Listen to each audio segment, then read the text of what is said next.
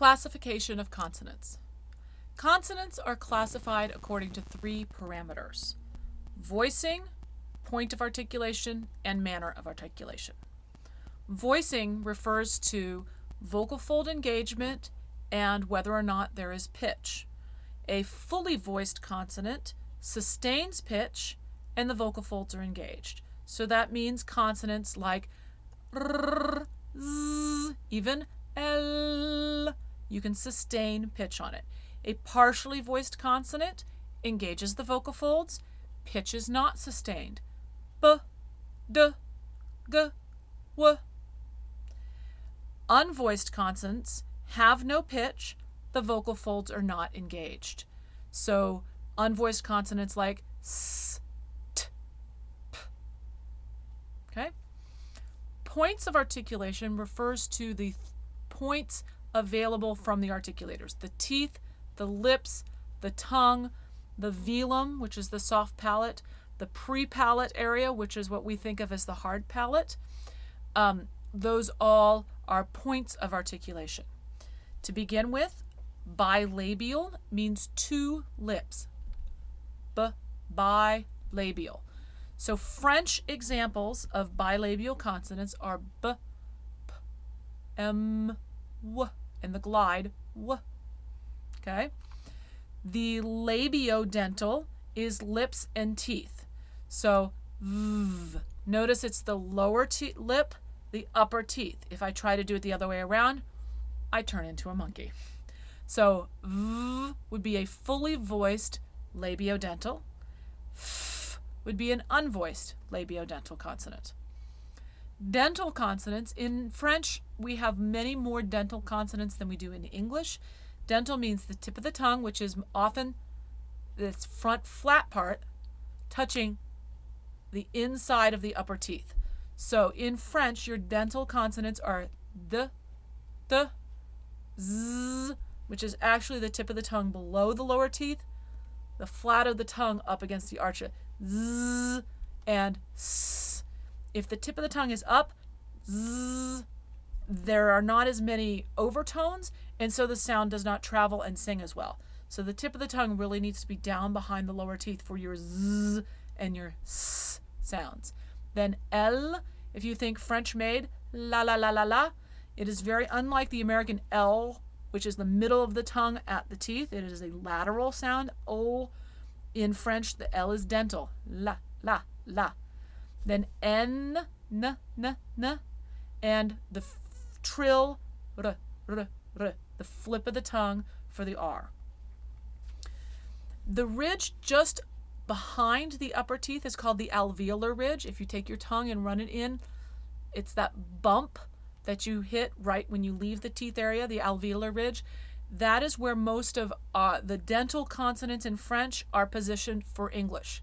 So if you want to make the difference between a French d, d, and American d, d, d, dog. If you say the word dog, you feel the tongue hit the alveolar ridge. But if you say tante, then you have the dental D and the dental T. Pre-palatal, which is involving that area here. Again, it's that palatal vowel that I talked about, the palatalized vowels, which are the nasal vowels, is the tip of the tongue and the area between the alveolar ridge and the full hard palate. So it's more of that corner of the mouth. The edge, which looks like a cursive Z. Zh, it's that sound that we have in vision, or in French, je and jambe. The esh, which is the SH sound. Just like in the S, the tip of the tongue should be forward and low. Esh, okay? It looks like a calculus symbol. The yot, which is the y sound, because it's moving, yot, yot. The JN, which is the ny sound, ny. It looks like a J with an N added onto it. So that's why I call it the JN. It's the ny. Seigneur, seigneur. And it's not ny. It's not an N with a yot following it. It's the y and the N married together into one sound. Ny, ny. And then the mixed vowel glide, ri, ri, ri. That is very much like, it's the basis of the I, is pre-palatal. The velar consonants in French are g and k. They are the middle of the tongue, right at that edge where the hard palate turns soft. So g is more into the velum, the soft palate. K is right on the inside, and a little bit more of the hard palate.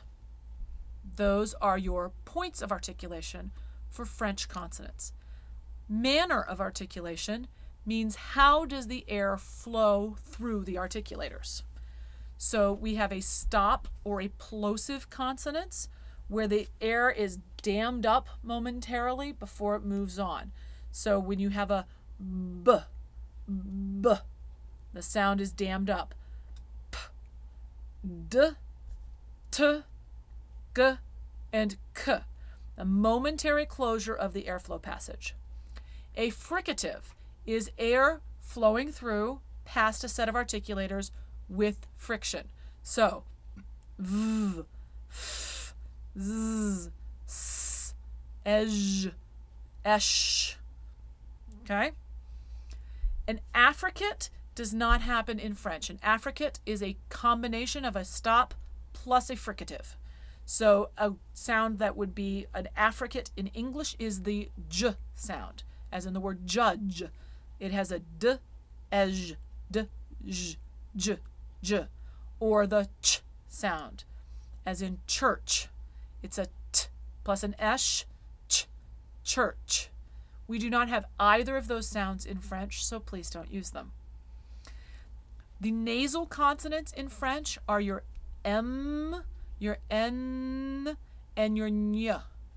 A nasal consonant that it is in English that we don't use in French is the ing, the NG, or what I call the monkey tail. It's an N with a G tail on it, so it looks like a monkey tail. And that's in the word sing. You can hear that ng. I put a G on the end, sing, as I released it. Sorry. The lateral is the L, so even the tip of the tongue is dental. Air is still moving past the lateral or the sides of the tongue. So in French, the lateral is your L. Your glides are vocalized tone moving past a set of articulators without friction. So notice the fricative had with friction, the glide is without friction. So y, w, y are your glides. Your trill is the tongue tapping against the alveolar ridge. Remember, the R is going to be dental, but it's r, r, r. It's still classified as a trill. In English, we have the retroflex, which is that middle of the tongue back, but we do not use that in French. We also, in sung French, do not use the guttural R, the r, as in Paris, which is very prevalent in spoken French. In sung French, it's that back of the tongue too far, the sound is trapped too far back in the mouth, so we will not use it in lyric diction for French.